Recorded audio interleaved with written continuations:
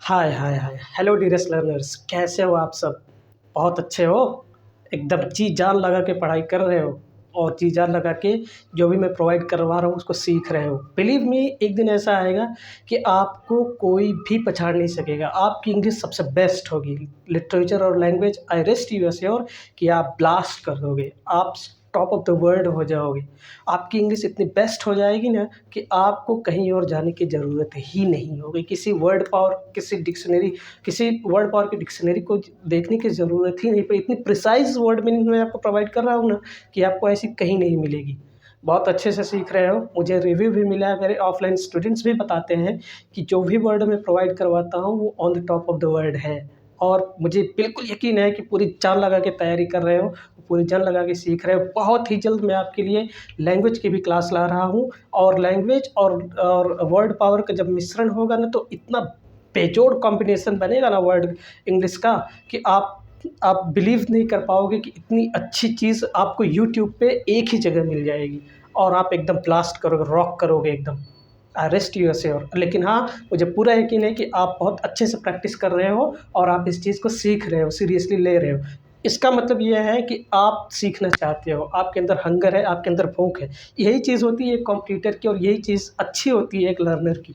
जब तक आपके अंदर वो हंगर नहीं होगा, वो डिटर्मिनेशन नहीं, वो इम्प्लीमेंट करने की आपके अंदर पोटेंशियल नहीं होगी ना, तब तक आपका सीखना अच्छा नहीं होगा। इसलिए जो आप इंक्रीज़ कर रहे हो आपकी अपनी पोटेंशियल और आप बेस्ट देने की कोशिश कर रहे हो, यही चीज़ आपको ग्रेट बनाएगी, यही चीज़ लाइन में सबसे आगे रखेगी आपको।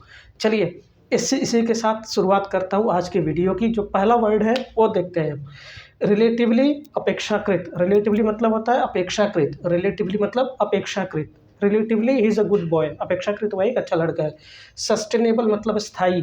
माई गोल इज़ वेरी सस्टेनेबल, मेरा जो उद्देश्य है वो बहुत स्थायी है।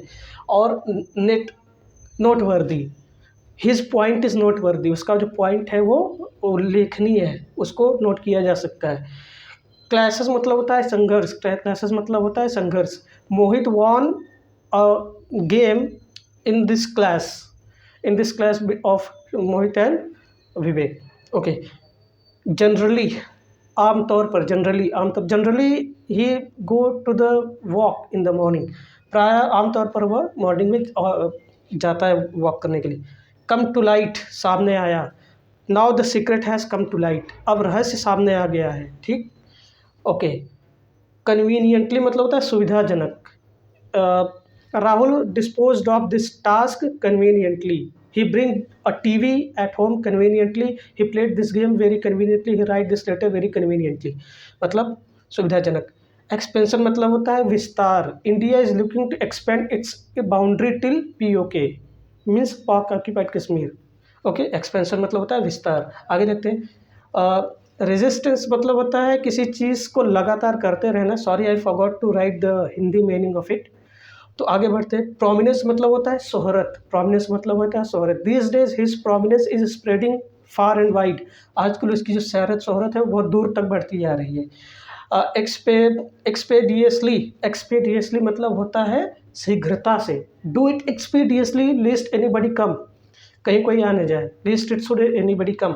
एक्सपीडियसली मतलब होता है शीघ्रता से। एब्रप्टली मतलब होता है अकस्मात। पाकिस्तान अटैक्ड इंडिया एब्रप्टली, मतलब अकस्मात, पाकिस्तान ने अकस्मात इंडिया पे अटैक कर दिया है। ठीक। एरोमा मतलब होता है सुगंध। एरोमा ऑफ फ्रेग्रेंस और अगरबत्ती, फ्रेग्रेंस का मतलब ही सुगंधी होता है।